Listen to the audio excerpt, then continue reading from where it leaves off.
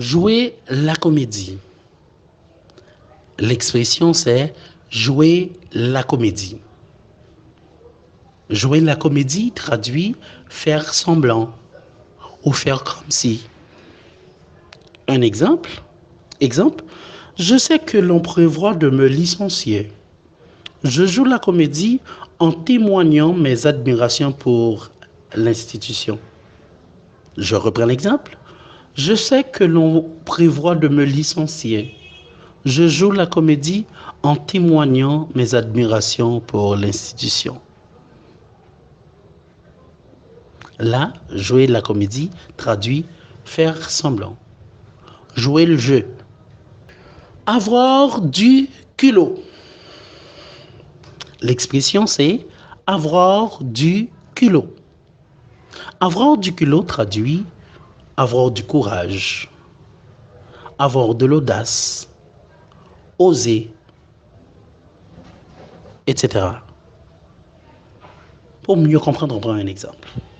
Exemple, après tout ce qu'on t'a dit, tu as eu le culot de revenir ici. Je reprends l'exemple. Après tout ce qu'on t'a dit, tu as eu le culot de revenir ici. Là, avoir le culot traduit avoir osé, avoir le courage de revenir. Avoir la poisse. L'expression c'est avoir la poisse. Avoir la poisse traduit être malchanceux, ne pas avoir de chance. On prend un exemple. Exemple, j'ai la poisse parce qu'il m'est arrivé tellement de mauvaises choses cette semaine. Je reprends là pour vous l'exemple. J'ai la poisse parce qu'il m'est arrivé tellement de mauvaises choses cette semaine. C'est pour dire que j'ai eu une malchance parce que pas mal de mauvaises choses m'ont arrivé cette semaine. Avoir un petit creux. L'expression c'est avoir un petit creux. Avoir un petit creux, c'est dire, ou encore ça traduit, avoir un petit peu faim. C'est pas avoir grandement ou largement faim, mais c'est commencer à avoir faim ou vouloir prendre un petit quelque chose. On prend un exemple. Je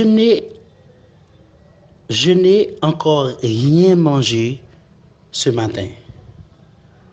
J'ai un petit creux. Je reprends l'exemple. Je n'ai encore rien mangé ce matin. J'ai un petit creux. Ça traduit que par rapport au fait qu'on n'a rien pris, que j'ai rien pris ce matin, j'ai un petit peu faim. Je ne sais plus où donner de la tête. L'expression c'est je ne sais plus où donner de la tête. Je ne sais plus où donner de la tête traduit je ne sais quoi faire ou je ne sais plus quoi faire. On prend un exemple. On t'a appelé sans arrêt depuis ce matin. On ne savait plus où se donner de la tête. Je reprends l'exemple.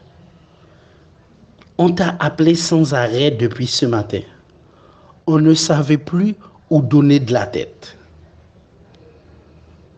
C'est pour dire que on s'est inquiété. Depuis ce matin, on ne t'a pas eu au téléphone.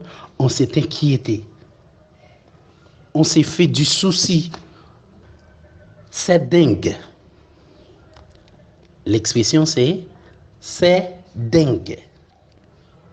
C'est dingue peut avoir, tout comme pas mal d'autres expressions, peut avoir son bon et son mauvais côté, et dans les deux cas, on peut l'utiliser. Ça traduit que c'est super, c'est extraordinaire, ou encore ça peut toujours traduire que c'est absurde, que c'est insensé. OK? On donne un exemple dans les deux cas. Exemple, ça fait 10 ans qu'on ne s'est pas vu. C'est dingue comme tu as changé. Je reprends l'exemple. Ça fait 10 ans qu'on ne s'est pas vu. C'est dingue comme tu as changé. Là, c'est dingue traduit que c'est extraordinaire, c'est étonnant. C'est le côté positif. Maintenant, voyons le côté négatif. Exemple, comme tu es maladroit, c'est dingue. Je ne peux pas imaginer ça. Je reprends l'exemple. Comme tu es maladroit, c'est dingue. Je ne peux pas imaginer ça. C'est pour dire que c'est incroyable. Je ne peux pas imaginer que tu sois aussi maladroit. Chercher midi à 14 heures. L'expression c'est chercher midi à 14 heures. Chercher midi à 14 heures traduit de ne pas se compliquer les choses, de ne pas s'attarder, de ne pas trop réfléchir, de ne pas trop s'en faire. On prend un exemple. Pour un bon cours de communication, ne cherchez pas de midi à 14 heures. Avec UNM, c'est facile. Je reprends l'exemple. Pour un bon cours de communication, ne cherchez pas de midi à 14 heures. Avec UNM, c'est facile. Madame, messieurs, ici s'achève notre cours de français. Je réponds au nom de Lionel Calas. Vous servir a été un plaisir. Bonne chance et au revoir.